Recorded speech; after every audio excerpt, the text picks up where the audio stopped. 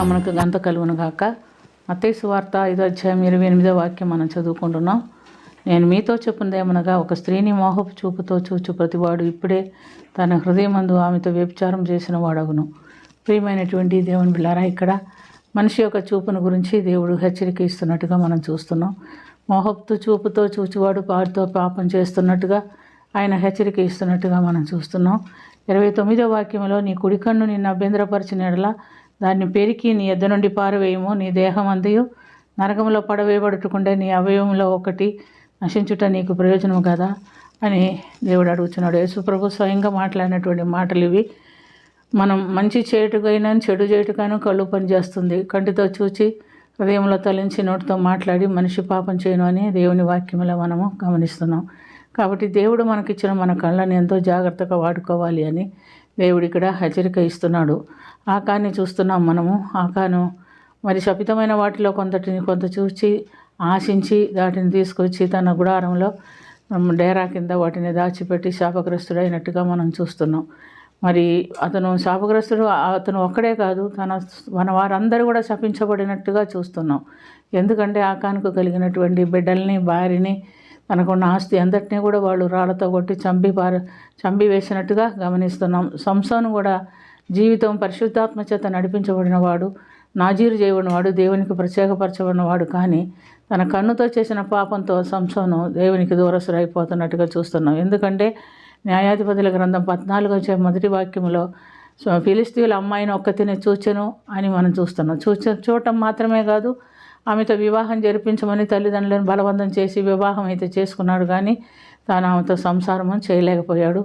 అటు తర్వాత అతను పోయి న్యాయాధిపతి గ్రంథం 16వ అధ్యాయంలో 1వ వాక్యంలో గాజాకి వెళ్ళి వేషను ఒక్కతిని చూచెను అని మనం చూస్తున్నాం.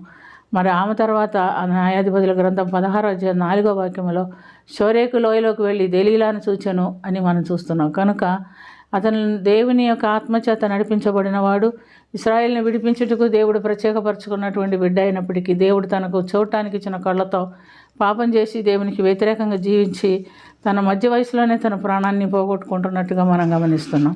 ప్రియమైనటువంటి దేవుని బిడ్డలారా, మరి దేవుడు మనకిచ్చిన కళ్ళతో మనం ఏం చేస్తున్నాం? కళ్ళతో పాపం చేయడానికి వాడుకుంటున్నామా? ఈ కళ్ళు దేవుని వాక్యం చదవటానికి, దేవునిలో జీవించడానికి దేవుడు మనకిచ్చి ఉన్నాడు.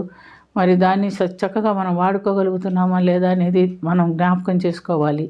దావీదు భక్తుడు కూడా ఎంతో గొప్ప భక్తుడై ఉంటున్నట్టుగా గమనిస్తున్నాం. దినమునకు 3 మార్లు ప్రార్థన చేసేవాడు, దినములకు 7 సార్లు దేవుని స్తుతించేవాడు. కానీ ఒక్కగానొక దినము సాయంకాలము మధ్యాహ్నం నిద్రపోయిన తర్వాత సాయంకాలం నిద్రలేచి రాజగృహం యొక్క మిద్ది పైన ఆయన తూయటు నడుచుచున్న సమయంలో స్నానం చేస్తున్నటువంటి ఒక స్త్రీని చూచి ఆమెను తెచ్చుకొని ఆమెతో పాపం చేసి ఆ తర్వాత కలిగినటువంటి పాపమును బట్టి పుట్టినటువంటి బిడ్డను మనం చూస్తున్నాం. తన పాపం చేసిన తర్వాత పాపం కప్పిపుచ్చుకునే దానికి ఊరియాని మరి యుద్ధంలో చంపిస్తున్నాడు. అయితే దేవుడు నాతాను ప్రవక్తను పంపించి హెచ్చరించినప్పుడు ఒక్క గొర్రె పిల్లకు బదులు 4 గొర్రె పిల్లలు ఇవ్వవలసిందేనని చెప్పాడు. అదే శిక్ష ఆయన భరించినట్టుగా చూస్తున్నాం.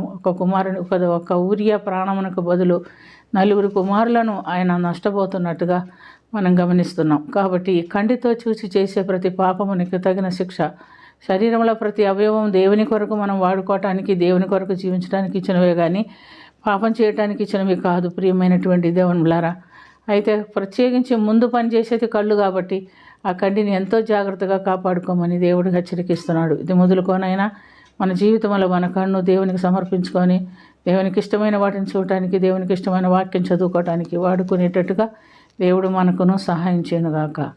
ప్రార్థన చేసుకుందాం.